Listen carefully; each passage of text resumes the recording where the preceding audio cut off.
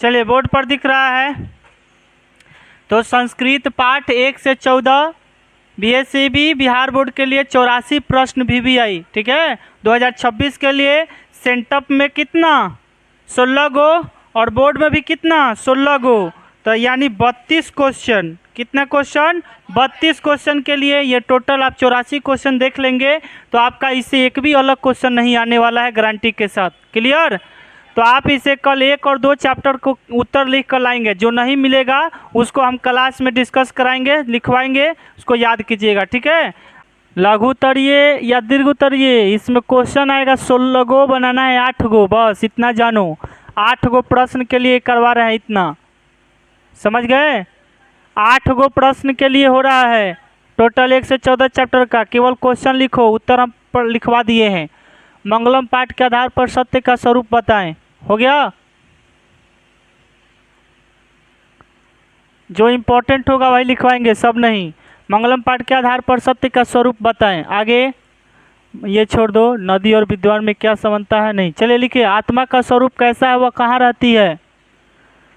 4 number question, हाँ second number question, आत्मा का स्वरूप कैसा है, वह कहाँ रहती है। चलिए, विद्वान मृत्यु को कैसे पराजित करते हैं। विद्वान मृत्यु को कैसे पराजित करते हैं। मंगलम पाठ का 5 वाक्यों में यहाँ पे लिखो, मंगलम पाठ का कोई एक श्लोक संस्कृत में लिखें। मंगलम पाठ का कोई एक श्लोक, मंगलम पाठ का कोई एक श्लोक संस्कृत में लिखें। ये क्वेश्चन नहीं, यहाँ पर कई गो श्लोक है मंगलम पाठ में, 5। कोई एक श्लोक याद कर लेना। हिरण्येन पात्रेण सत्यापहितम वाला याद कर लेना, या सत्येन जयते नानृतम, सत्यमेव जयते नानृतम, यथा नद्यस्यन्दमाना, कोई भी एक श्लोक याद कर लेना। मंगलम पाठ का कोई एक श्लोक संस्कृत में लिखें। सेकंड क्वेश्चन लिखो, सिख संप्रदाय के लोगों के लिए पटना क्यों महत्वपूर्ण है, अथवा पटना का गुरुद्वारा किसके लिए और क्यों महत्वपूर्ण है। क्वेश्चन नंबर कितना हो जाएगा ये 5, 5वां नंबर क्वेश्चन है ये।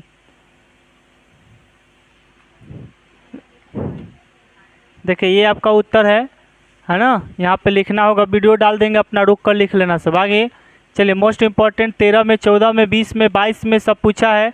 पाटलिपुत्र के वैभव पर प्रकाश डालें या पटना के बारे में 10 वाक्यों में लिखें। लिखो क्वेश्चन, पाटलिपुत्र के वैभव पर प्रकाश डालें या पाटलिपुत्र के विषय में 10 वाक्यों में लिखें। आगे ये नहीं होगा। चलिए लिखिए, राजशेखर ने पटना के संबंध में क्या लिखा है। 18, 21, 21, 24 पिछले साल ही क्वेश्चन पूछा है। राजशेखर ने पटना के संबंध में क्या लिखा है। अधिका से अधिक तो आप लोग को याद ही होगा, 2 है ना। 8 दूना 16 नंबर का क्वेश्चन परीक्षा में पूछता है, 2 नंबरिया सब है। इसलिए कहना सबने कि बाप रे इतना याद करें, किताब भी पढ़ाएं, ऑब्जेक्टिव भी कराएं, क्वेश्चन लिखवा दे रहे हैं तो आप लिख कर याद कर लीजिएगा। राजशेखर ने पटना के संबंध में क्या लिखा है। हो गया बाबू, थोड़ा फास्ट राइटिंग हो ताकि ख़त्म हो। आगे, पटना के मुख्य दर्शनीय स्थलों का उल्लेखित करें। मोस्ट इम्पोर्टेंट 18 में 20 में 22 में पिछले साल पूछा है। पटना के मुख्य दर्शनीय स्थलों का नाम लिखें, और हर जैसे लिखा है ना वैसे आप लोग मत लिखना कि पटना में मुख्य दर्शनीय स्थल निम्नलिखित है, और ऊपर लिखना संग्रहालय, फिर उसके नीचे सचिवालय, फिर उसके नीचे गोलघर, ऐसे ताकि पेज भरे और सुंदर लगे, ठीक है। आगे ये भी इम्पोर्टेंट है, कौन कौन विदेशी यात्री पटना है तो मौजवानी याद है, लिख लो। चलिए, प्राचीन ग्रंथों में पटना के कौन कौन से नाम मिलते हैं। 8 और 9 ये लिखेंगे। अगर अपना क्वेश्चन देख लेना कितना नंबर है, नंबर अपना सीरियल से बैठाते चलना, इसमें नहीं। दोनों क्वेश्चन लिखो, 18, 21, 22, 25 में पूछा है, 19, 20, 21, 24 ये भी इम्पोर्टेंट है। प्राचीन ग्रंथों में पटना में कौन कौन से नाम मिलते हैं। चंद्रगुप्त मौर्य के काल में पाटलिपुत्र की रक्षा व्यवस्था कैसी थी। भगवान बुद्ध ने पटना के विषय में क्या कहा था। ये क्वेश्चन तो करवा दिए हैं। स्थित दर्शनीय स्थलों पर प्रकाश डाले, कौन कौन सा दर्शनीय स्थल है। टोटल आपको लिखना होगा, ये लिखो नहीं, ये इम्पोर्टेंट नहीं है, ऊपर लिखवा दिए। आगे उल्लेख करें। नहीं। प्राचीन काल में पाटलिपुत्र को शिक्षा का केंद्र क्यों माना जाता था? 2022। दामोदर गुप्त, हाँ ये लिखो, दामोदर गुप्त ने पटना के संबंध में क्या कहा है?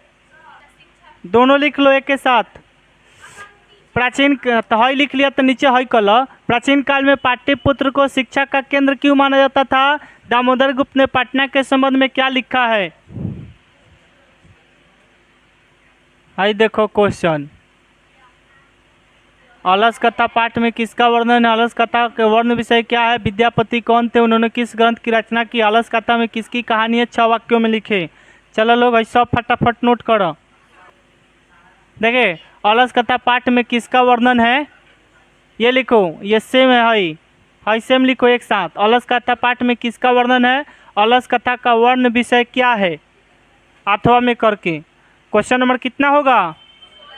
16 की 15? 15। तो 15वां क्वेश्चन, अलस कथा पाठ में किसका वर्णन है या अलस कथा का वर्ण विषय क्या है? अगर हम कुछ यूँ कहें कि अलस कथा पाठ में किसकी कहानी है, 6 वाक्यों में लिखे तो ही सेम आएगा, सेम। हई क्वेश्चन बदल देंगे।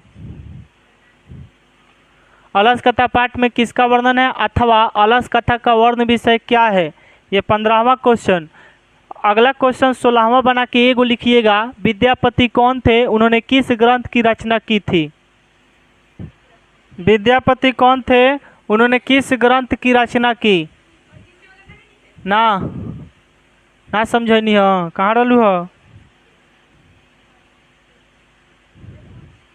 चलिए, चारों आलसियों का वार्तालाप को अपने शब्दों में लिखे। चाहे तो आप हिंदी संस्कृत दोनों में लिख सकते हैं। जिनको याद हो, जिनको संस्कृत नहीं याद हो वो क्या करेगा? हिंदी में वर्णन करेगा। चारों आलसियों का वार्तालाप अपने शब्दों में लिखें। चारों आलसियों का शब्दों में अपना वार्तालाप लिखें। ये हो गया डूबा डूबा नहीं, नहीं। चारों आलसियों के वार्तालाप को अपने शब्दों में लिखें। हो गया। आगे अलस कथा में लिखो, अलसशाला के कर्मियों ने आलसियों की परीक्षा क्यों ली? अलसशाला के कर्मियों ने आलसियों की परीक्षा क्यों ली? अलसशाला के कर्मियों ने आलसियों की परीक्षा क्यों ली? आगे अलसशाला में आग क्यों लगाई गई? अलसशाला में धूर्त लोग अपने को आलसी बताकर भोजन ग्रहण कर रहे थे, अतः आलसियों की परीक्षा लेने के उद्देश्य से कर्मचारियों ने अलसशाला में आग लगा दिया। अलसशाला में आग क्यों लगाई गई? लिखे, संस्कृत साहित्य में महिलाओं के योगदान का वर्णन करें। संस्कृत साहित्य में महिलाओं के योगदान का वर्णन करें।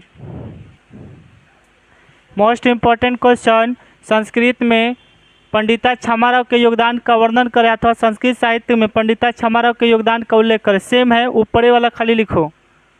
अब संस्कृत में ना कर दिया है ना कि छमाराव एक लेखिका अस्ति। संस्कृत में जो इनका योगदान है उनका वर्णन करना है।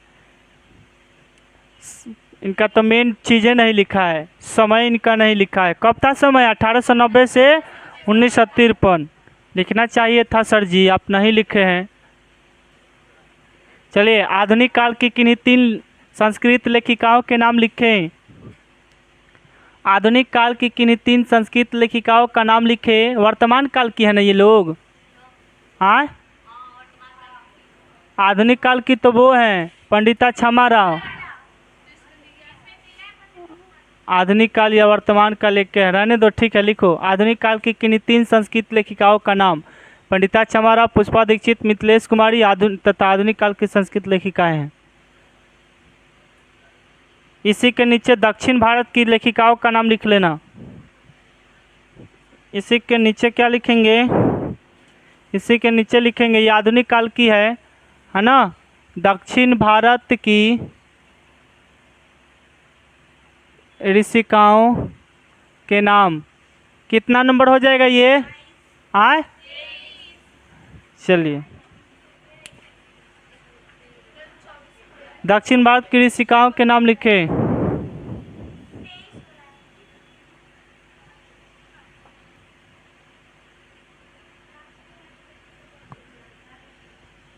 क्वेश्चन 8 लिखो, विजयांका की विशेषताओं का वर्णन करें अथवा विजयांका को सौर शुक्ला सरस्वती क्यों कहा गया?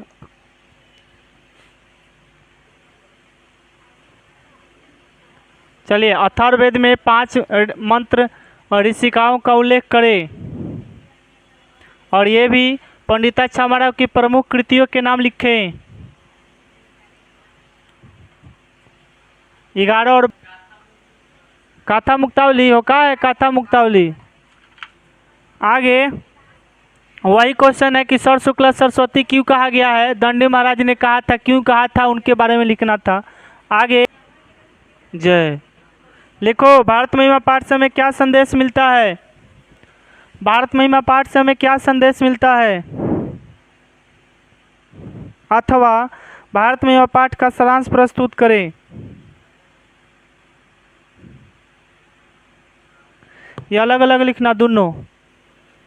सारांश कहने का मतलब कि कविता का भावार्थ, जिस प्रकार हिंदी के कविता का भावार्थ लिखवाए हैं, उसी तरह संस्कृत का ये भारत महिमा का भावार्थ है कि अलग अलग। भारत महिमा पाठ से क्या संदेश मिलता है, तो भारत महिमा पाठ से हमें संदेश मिलता है हमें भारतीय होने पर गर्व होना चाहिए। हम भारतीयों को हरि की सेवा करने का अवसर प्राप्त हुआ, साथ साथ मोक्ष की प्राप्ति का भी अवसर प्राप्त हुआ है। हमें सच्चा देशभक्त होना चाहिए और अन्य भारतीयों से मिलजुल कर प्रेम पूर्वक रहना चाहिए। ये भारत महिमा का संदेश है। ये भी इसमें लिखना चाहिए था कि भारत महिमा पाठ में, भारत महिमा पाठ से हमें क्या संदेश मिलता है। ठीक है, हे में देवता इसका गुणगान करते हे में आएगा। आगे ये भारत महिमा पाठ का सारांश लिखे।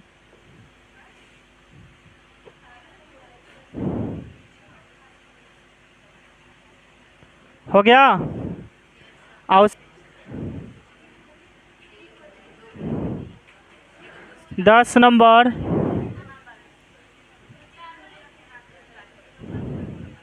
ये लिखो, भारत भूमि किन किन से सेवित है, भारत भूमि किन किन से सेवित है।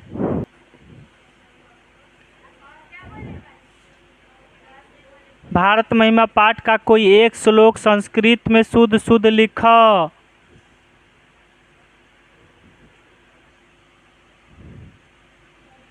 ये श्लोक याद कर लेना। जगत गौरवम भारतम शोभनीयम सदा अस्मभिरेतता तथा पूजनीयम भगवत देश भक्ति समेशम जननाम भगवत दर्शी भक्ति समेशम जननाम परादेशम रूपा सदा वर्जनिया। आगे ये बहुत इम्पोर्टेंट छठा चैप्टर लिखो। आगे पहले ये क्वेश्चन वही, संस्कार कितने होते हैं, विवाह संस्कार। पहले लिखो, प्रायः संस्कार कितने होते हैं। क्वेश्चन बना, हम बोल रहे हैं प्रायः संस्कार कितने होते हैं, वर्णन करें।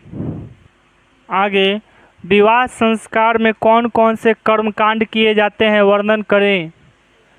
आगे शैक्षणिक संस्कार शिक्षा संस्कार कौन कौन होते हैं, शिक्षा संस्कार कौन कौन होते हैं, वर्णन करें। अगर इसी क्वेश्चन हमको कहें कि शिक्षा संस्कार क्या होता है, तो सेम उत्तर वही लिखाएगा। शिक्षा संस्कार कौन कौन होते हैं, वर्णन करें। आगे लिखेंगे, ये लिखवाए ना, तो क्वेश्चन सुनो, संस्कार कितने प्रकार के और कौन कौन से होते हैं, वही क्वेश्चन। प्रायः संस्कार कितने होते हैं और कौन कौन, सेम वही है। आगे लिखो, किसान संस्कार को गोदान संस्कार भी कहा जाता है, क्यों, ये क्वेश्चन 5 नंबर। किसान संस्कार को गोदान भी कहते हैं, क्यों, अथवा किसान संस्कार का वर्णन करें। हो गया। संस्कार, किसान संस्कार को गोदान संस्कार भी कहते हैं, क्यों, अथवा किसान संस्कार का वर्णन करें। देखिए, किसान संस्कार के बारे में कह रहे, किसान संस्कार में गुरुगृह में सर्वप्रथम छड़ का मुंडन होता है। यहाँ गोदान मुख्य कर्म होता है, इसलिए साहित्य ग्रंथों में किसान संस्कार को गोदान संस्कार भी कहा जाता है। देखिए, देखो 16 का नाम लिखा है यहाँ। देखो, सभी संस्कारों के नाम लिखें, अथवा संस्कारों को कितने भागों में विभाजित किया गया उनके नाम लिखें। तो भारतीय संस्कृति में मनुष्य का 16 संस्कार किया जाता है। वही बोले ना कि संस्कार कितने होते हैं, वर्णन करें, तो वही यही क्वेश्चन है। गर्भाधान, पुंसवन, सीमंतोन्नयन, जात कर्म, नामकरण, निष्क्रमण, अन्नप्राशन, मुंडन। मुंडन यहाँ क्या होना चाहिए, चूड़ाकर्म। विद्यारंभ में क्या होना चाहिए, वेदारंभ। वेदारंभ या अक्षारंभ, अक्षारंभ, कर्णभेद, उपनयन, वेदारंभ है, केशांत संस्कार, समावर्तन, विवाह संस्कार, अंत्येष्टि संस्कार। सब में संस्कार जोड़ देना जो लिखवाए थे 16 का नाम। चलिए आगे। ये सबको तो याद ही होगा, लिखवाना पड़ेगा। जन्म पूर्व कितने संस्कार होते हैं और कौन कौन? ऑब्जेक्टिव में ही है, 2019 में पूछा है। गुरु के द्वारा शास्त्र का, लिखो गुरु के द्वारा शास्त्र का क्या लक्ष्य बतलाया गया है? अगला, गुरु के द्वारा शास्त्र का क्या लक्ष्य बताया गया है? नेक्स्ट, शैशव संस्कार पर प्रकाश डाले, शैशव संस्कार पर प्रकाश डाले।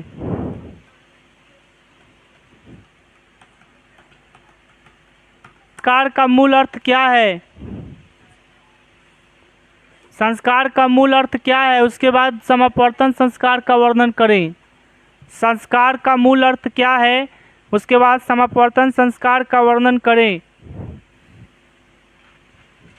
समावर्तन संस्कार क्या है? ये देखो, विवाह संस्कार में कौन कौन से कर्मकांड, सिंदूरदान, सप्तपदी, वागदानी सब लिखवा दिए हैं। आगे लिखो, उपनयन संस्कार का वर्णन करें। और ये प्राचीन काल में शिष्य को ब्रह्मचारी क्यों कहते थे? वो लिखो, दोनों क्वेश्चन। उपनयन संस्कार का वर्णन करें और प्राचीन काल में शिष्य को ब्रह्मचारी क्यों कहा जाता था। चलिए, नीति श्लोक का पाठ के आधार पर मूढ़ चेतनाराधम किसे कहा गया है या अधम नर किसे कहा गया है? अगला क्वेश्चन, नीति श्लोक का पाठ के आधार पर मूढ़ चेता नराधम किसे कहा गया है या अधम नर किसे कहा गया है? जैसे ही दोष लिखी समझ जइह कि 6 गो दोष के वर्णन करे के बा। मनुष्यों में 6 दोष कौन कौन से होते हैं वर्णन करे, अथवा ये लिख लेना, अपनी प्रगति चाहने वाले को किन किन दोषों को त्याग देना चाहिए।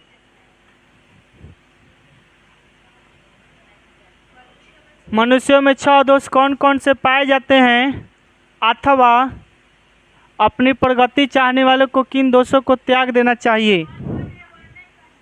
वही 6 का नाम लिख देना है, हो गया वर्णन।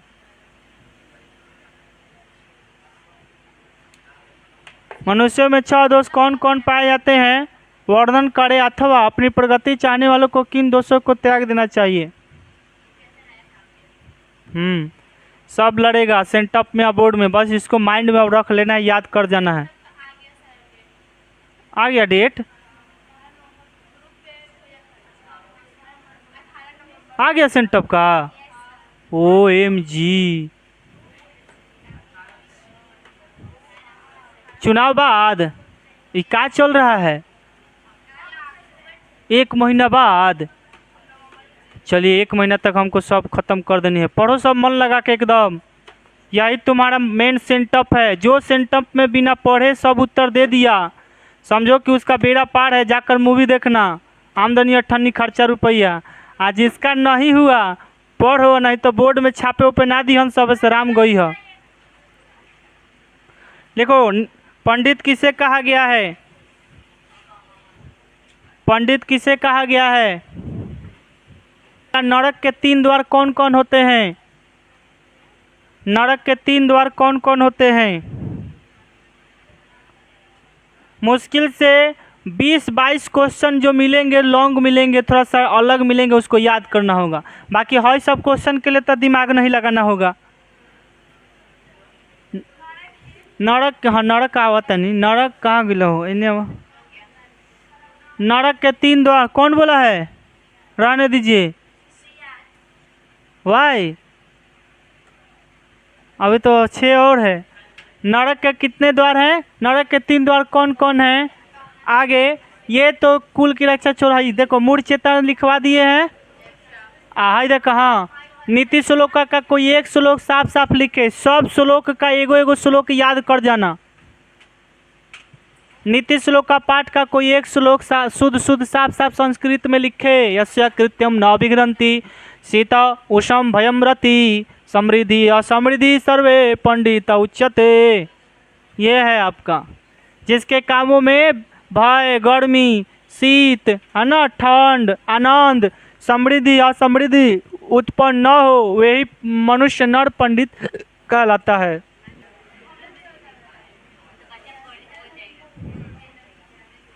देखो कर्मवीर कथा का सारांश लिखे। अगला कर्मवीर कथा का सारांश लिखे, 4 पाठ और है। कर्मवीर कथा का सारांश लिखे। कर्मवीर कथा का सारांश लिखे। अगला कर्मवीर कथा से क्या शिक्षा मिलती है? कर्मवीर कथा से क्या शिक्षा मिलती है? राम प्रवेश राम का चारित्रिक चित्रण करें। राम प्रवेश राम का चारित्रिक चित्रण करें। राम प्रवेश राम का चारित्रिक चित्रण करें। राम प्रवेश राम का चारित्रिक चित्रण करें। चरित्र से बनता है चारित्रिक विशेषण, आगे याद रखना। आगे चलिए, स्वामी दयानंद समाज उद्धारक के लिए क्या किया? तो स्वामी दयानंद समाज महान उद्धारक थे। कैसे? लिखो ये।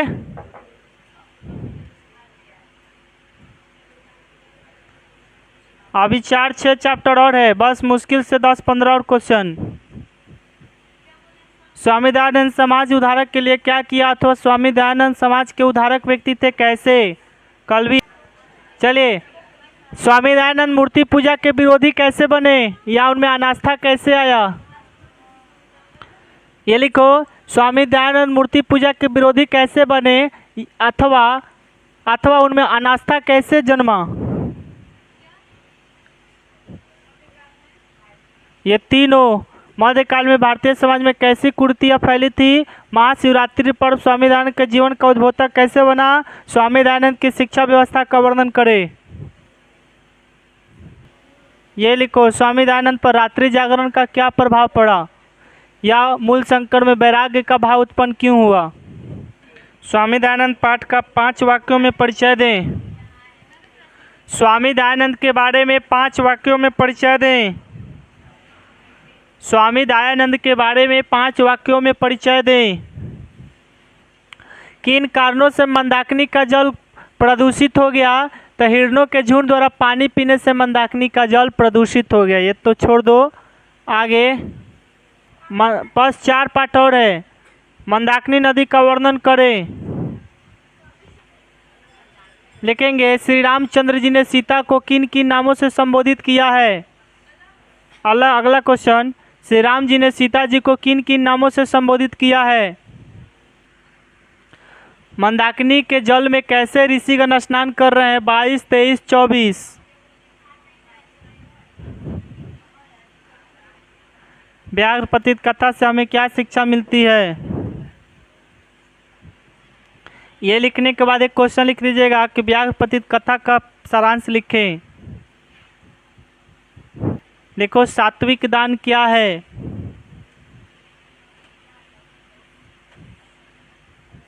आगे लिखो, ज्ञान भार क्रिया के बिना का क्या अर्थ है? ज्ञान भार क्रिया बिना का क्या अर्थ है? ज्ञान भार क्रिया बिना का क्या अर्थ है? कौन क्वेश्चन लिख सकते हो इसमें से? दोनों, दो लाइन का है, लिख लो दोनों। धन और दवा देना किसे उचित है? अनिष्ट से इष्ट की प्राप्ति का परिणाम कैसे बुरा होता है? बिना कइले कुछ मिल जाए ओकर परिणाम कैसे बुरा होई, ये लिखना है। देखो 20, 23, 25, 25 और फिर ये पूछा है 20, 25 में, दोनों इम्पोर्टेंट है। लिखिए, कर्ण की दान वीरता का वर्णन करें। स्टार डाल लो, सेंटअप में और बोर्ड दोनों में ना पूछा तो नाम बदल देना। 2-3 क्वेश्चन तो फिक्स हो गया 8 गो में। कर्ण की दान वीरता का वर्णन करें। लिखिए, इंद्र की चारित्रिक विशेषताओं का उल्लेख करें। यह लिखना, ये इंद्र की चारित्रिक विशेषताओं का उल्लेख करें। 15 में, 16 में, 18 में, 23 में, 24 में स्टार डाल देना। दोनों क्वेश्चन। कवच और कर्ण के कवच और कुंडल की विशेषताएं क्या थी? चलिए, शक्र ने कौन कौन सी भिक्षा मांगी तथा क्यों? लास्ट क्वेश्चन, उसके बाद 2 पार्ट और है। शक्र ने कर्ण से कौन कौन सी बड़ी भिक्षा मांगी तथा क्यों?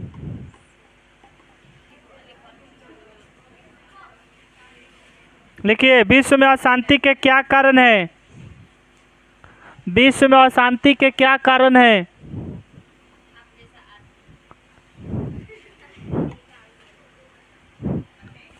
विश्व शांति पाठ से क्या शिक्षा मिलती है?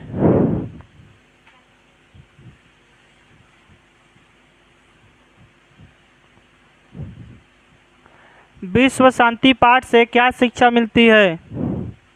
चलो लिखेंगे, महात्मा बुद्ध के अनुसार वैर की शांति कैसे संभव है?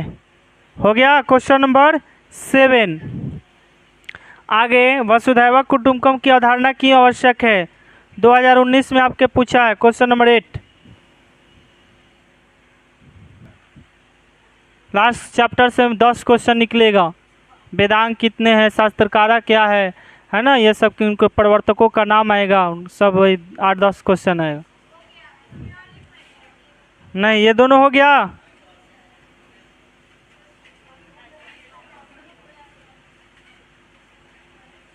ये लिखो, विश्व शांति का सूर्योदय हम कैसे देख सकते हैं? शास्त्र मनुष्यों को किन किन चीज़ों का बोध कराता है? वेदांग कितने हैं, उनके प्रवर्तकों एवं शास्त्रों के नाम लिखे। हो जाने के बाद देखो, ये 5 का लिखो, दोनों अथवा वाला।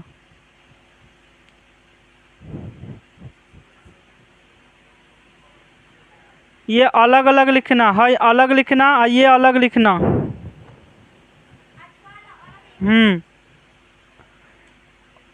शास्त्र किन चीज़ों का बोध कराता है, ये लिखने के बाद है दोनों अलग लिखना। ये लिखने के बाद ये अलग, हमें प्रवर्तक के साथ आएगा, हमें खाली वेदांग का नाम आएगा। अथवा शास्त्र का क्या लक्ष्य बताया गया है? शास्त्र क्या है अथवा शास्त्र का क्या लक्ष्य बताया गया है?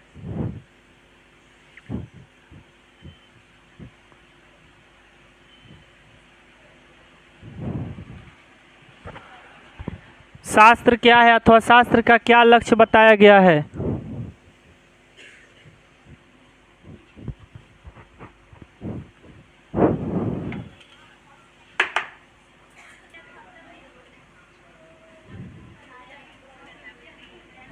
भारतीय दर्शन शास्त्र के प्रवर्तकों की चर्चा करें।